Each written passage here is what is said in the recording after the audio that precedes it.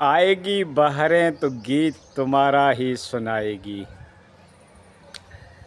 دیکھو اس حالات کے پرسپیکٹیو میں اپنے دیکھتے ہیں، تناظر میں دیکھتے ہیں تو بڑا ہی لطف آ رہا ہے۔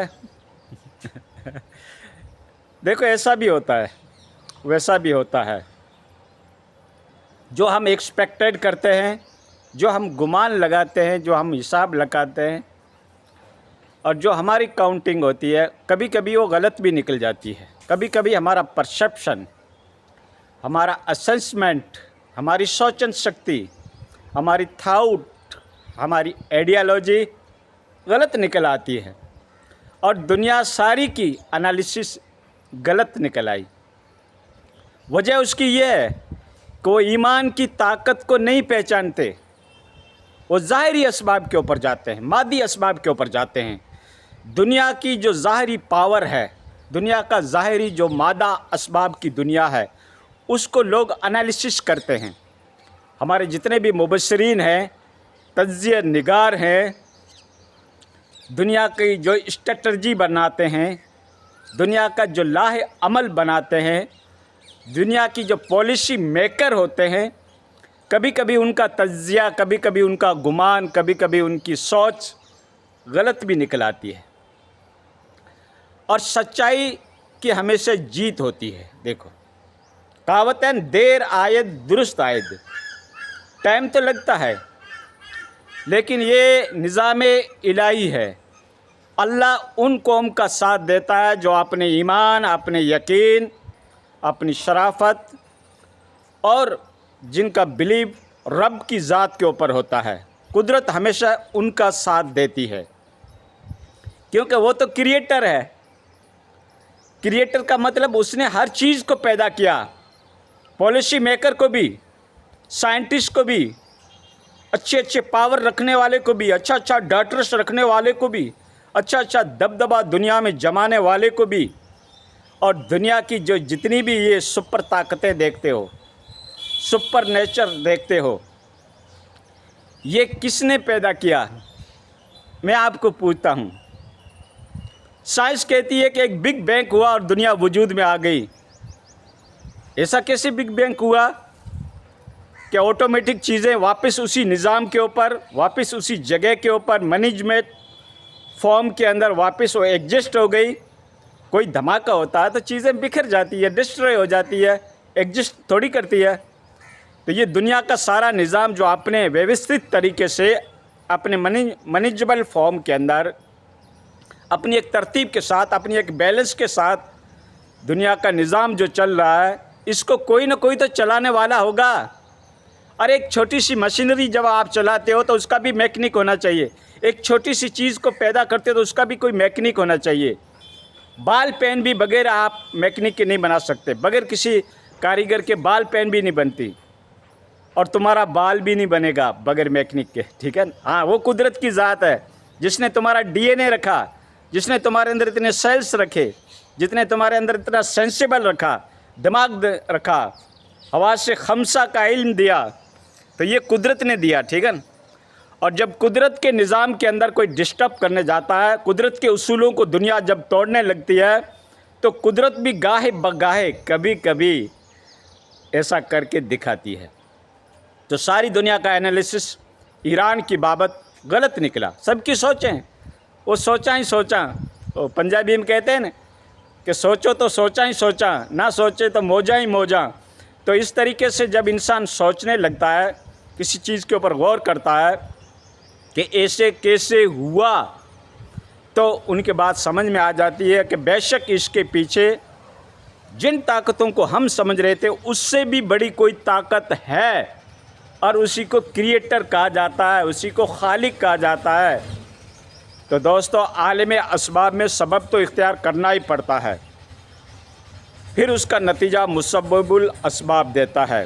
یہ قوم خواب غفلت میں سو رہی تھی، لیکن چھیڑ کے اس قوم کو دنیا نے دیکھ لیا کہ بیٹا اپنی گاڑی کو تھوڑا دور ہی رکھنا۔